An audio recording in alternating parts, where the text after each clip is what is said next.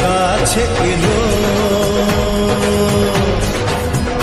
জীবন আরো যেন রঙিন হলো।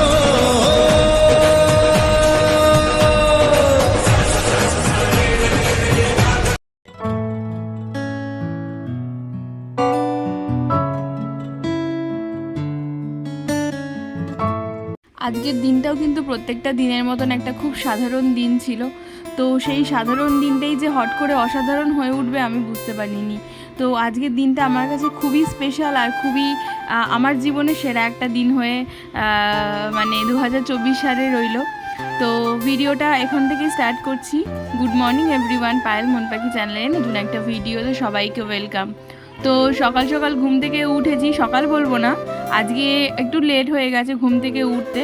তো দেখো আগের দিন রাত্রেবেলা নীল পালিশ পরেছিলাম, তো ওটাই তোমাদের সাথে শেয়ার করছিলাম। মাঝখানে হোয়াইট কালারের আর আর সাইড মানে আঙুলগুলোতে রেড কালারের নীল পালিশ পরেছিলাম।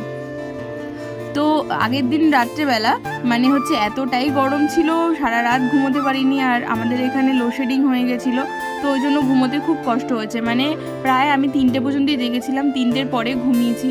আর এই যে দেখো মা সকালবেলায় উঠেই দেখলাম যে জানলা খুলে দিয়েছে বলে আর রোদটা আমার গায়ে পড়ছিল, তো ওই জন্য আমি উঠে গেছিলাম, না হলে হয়তো আরও একটু লেট হতো ঘুমোতে, মানে ঘুম থেকে উঠতে আর কি। তো রাত্রেবেলা যেহেতু আমি চুল বেঁধে ঘুমোই না, চুল ছেড়েই ঘুমোই, তো সকালবেলা উঠে না চুলগুলো কীরকম মানে পাগলের মতন হয়ে থাকে। তো ওই জন্য ভালো করে খোপাটা করে নিলাম যাতে গরমটা কম লাগে। তো এখন তো খুবই গরম পড়েছে সবাই জানো। আর এই যে আমাদের পদ্ম গাছে না আরও একটা নতুন পাতা আর কি হচ্ছে দেখো। তো প্রথমে 4টে পাতা ছিল, আরও একটা এক্সট্রা হচ্ছে, তো 5টা পাতা। কবে যে ফুল ফুটবে সেটার আশায় আমি দিন গুনছি। তো যাই হোক, এটাও একটা মানে আমার কাছে খুব পাওনা হবে যেই দিন ফুলটা ফুটবে।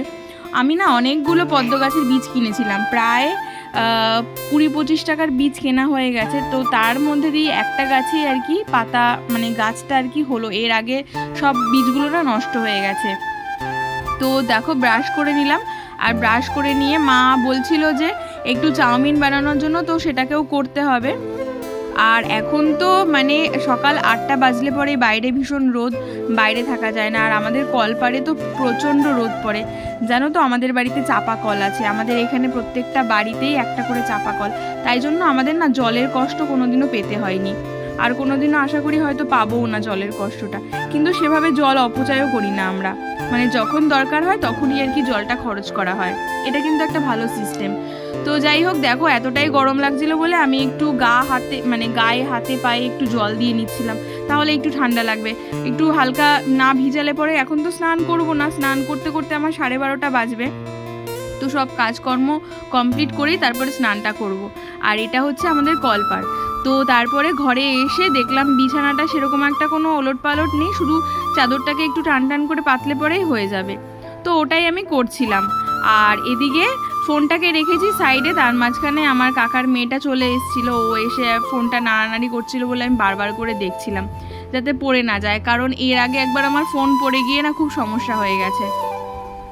তো সেই পয়লা বৈশাখে যে চাদরটা পেতেছিলাম এখনও তোলা হয়নি, এখন তুলবো না, 2 দিন পরে তুলবো। তো যখন জামা কাপড় কাচবো তখন না চাদরটা তুলে আবার নতুন একটা চাদর পাতবো। আর এই যে একটু পরেই চলে এসছে, বলছিলাম যে ফোন ধরিস না, আরও ফোনের ক্যামেরা অন থাকলে পরেই ও সামনে চলে আসে। ঘুম থেকে উঠেছে, ব্রাশ করেছে, কিন্তু চুল না আছেই এগুলো আর কি চলে এসছে। এখনও বড় হয়ে গেছে, তো এখন নানান রকমের না অঙ্গি ভঙ্গি করা শিখে গেছে। আর এখন তো স্কুলেও পড়ে, স্কুল থেকে অনেক বন্ধু বান্ধবের কাছ থেকে অনেক কিছু দেখে আসে, তো সেইগুলো দেখে এসে আমার সাথে ট্রাই করে। তো আমি একটু এই ক্রিম লাগিয়ে নিচ্ছিলাম, ময়শ্চারাইজার।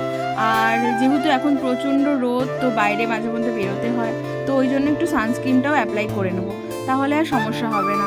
তো আমি তো একটা ন্যাচারাল একটা ময়শ্চারাইজার ইউজ করি, যেটা আমি কিনতে গেছিলাম মানে আমাদের এখানে কসমেটিক্সের দোকান থেকে। তো সেখানে একটা দিদিভাই ছিল, ও আমাকে সাজেস্ট করলো, তো সেই ময়শ্চারাইজারটাই আমি ইউজ করি। আর লোটাসের সানস্ক্রিন ইউজ করি। আর পাউডার বলতে গেলে পরে আমি ওই বেবি জনসন যে পাউডারটা আছে ওই পাউডারটাই না আমি বেশি ব্যবহার করি, অন্য কোনো পাউডার আমি ব্যবহার করি না। তো এই যে দেখো আয়নাটা খুলে নিয়েছিলাম, আর এটাতে না তো এখানে আমার জামা কাপড়গুলো আছে, এগুলোই হচ্ছে সবসময়ের জন্য আমি ব্যবহার করি। তো এই জামা কাপড়গুলো, যেই ভালো জামা কাপড়গুলো আছে ওগুলো আলমারিতে তোলা মানে রাখি আর কি। আর এই আলমারিটাতে, এই পার্টটাতে না যেগুলো রাফ ইউজ করি সেই জামা কাপড়গুলোই আমি এখানে সবসময়ের জন্য রাখি। তো এখান থেকে নেই মানে ব্যবহার করি, আবার রেখে দিই, এখানেই রেখে দিই, মানে ধোয়া ঠোয়া করে আবার এখানেই রেখে দিই। আর এখন গরম পড়ে গেছে, তো এখন বাইরে বেরোলে পরে ডেলি জামা কাপড় ধুয়ে দিতেই হয়, না হয়তো আর একদিন ইউজ করার পরে পরের দিন ইউজ করা যায় না। তো আমি এখন এখানে পাউডারটাই মেখে নিচ্ছিলাম মুখে। তো তারপরে মা চা করেছে, চা নিয়ে এসছে, আর আগের দিন রাত্রেবেলা টোস্ট বিস্কুট নিয়ে এসেছি। সবাই জানো আমার মা টোস্ট বিস্কুট দিয়ে চা খেতে খুবই ভালোবাসে। তো সেই টোস্ট দিয়ে চা খাচ্ছিলাম আর মার সাথে বসে বসে গল্প করছিলাম। তো অনেক নানান ধরনের গল্প করছিলাম, তারপর চা খাচ্ছিলাম। আর আজকে আর ভাই আসেনি চা খেতে, আজকে আমরা দুজনাই। তো তারপরে মা বললো চাউমিন করার জন্য, তো চাউমিনটা করে নিচ্ছিলাম। এই যে চাউমিনটা সিদ্ধ বসিয়ে দিয়েছি, আর ওইদিকে আমি আলুটা কেটে নিয়েছি। যেহেতু আজকে পেঁয়াজ টেয়াজ বা অন্য কোনো আমিষ দিয়ে রান্না করব না, তো নিরামিষই চাউমিনটা করব, তো ওই জন্য শুধু আলু দিয়ে চাউমিনটা রান্না করেছি। আর আগে আমি অনেক রকম মানে ভ্যারাইটিসভাবে চাউমিনটা তৈরি করতাম, এখন আর করি না, এখন টাইমও পাই না আর করতে ইচ্ছেও করে না। মানে না করতে করতে না আমি অনেকটা কুঁড়ে হয়ে গেছি। রান্নাও কিন্তু একটা আর্ট, ওটা কিন্তু ডেলি করলে পরে না অনেক রকম কিছু বা অনেক কিছু বোঝা যায়, স্বাদ মিষ্টি। এখন তো ওগুলো করা হয় না, তো ওই জন্য অনেক কিছু বুঝতেও পারি না। তো দেখো আমার চাউমিনটা মোটামুটি হয়ে এসছে, এখন নাবানোর পালা। একটু নাড়াচাড়া করে তারপরে নামিয়ে দেবো। আর ওদিকে মা পুজো দিচ্ছে, মা পুজো দিয়ে উঠলে পরেই খাবে, আর আমি এদিকে চাউমিন খেয়ে তারপরে আমার যে নানান কাজগুলো রয়েছে ওগুলো করবো আর কি, কমপ্লিট করে নেব। তো তার মাঝখানেই আমাকে আমার নাম ধরে এক দিদিভাই ডাকছিল, যে দিদিভাইয়ের কাছ থেকে আমি আমার স্বপ্ন পূরণের চাবিকাঠিটা নিলাম। তো এই যে আমার কাছে যে কাগজটা দেখতে পেলে, এখানে সাইন করে নিতে হয়, সবাই জানো। তো আমি যখন সাইনটা করছিলাম না, মানে এতটা টেনশন ছিলাম, মানে এতটা হাত কাঁপছিল আমার। এটা মনে হয় ফার্স্ট টাইম হলো সাইন করতে গিয়ে এইরকম একটা ফিলিংস।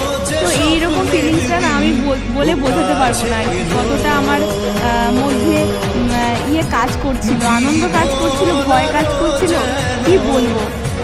তো দেখো এই যে আমার স্বপ্ন পূরণের চাবিকাঠিটা আমি হাতে পেয়ে গেছি। তো এই দিদিভাই এসে আমাকে দিয়ে গেল। তো আমি দিদিভাইকে না আগে নাম্বার দিয়ে এসেছিলাম, তো আমার ফোন নাম্বারে না ফোন করেনি, যাই হোক তো ডাইরেক্ট আমার বাড়ি চলে এসছে। তো উনি আমাকে চেনে বলে আমার বাড়িতে চলে এসছে। তারপরে তো অ্যাডসেন্সের পিনটা আমার হাতে চলে এসছে।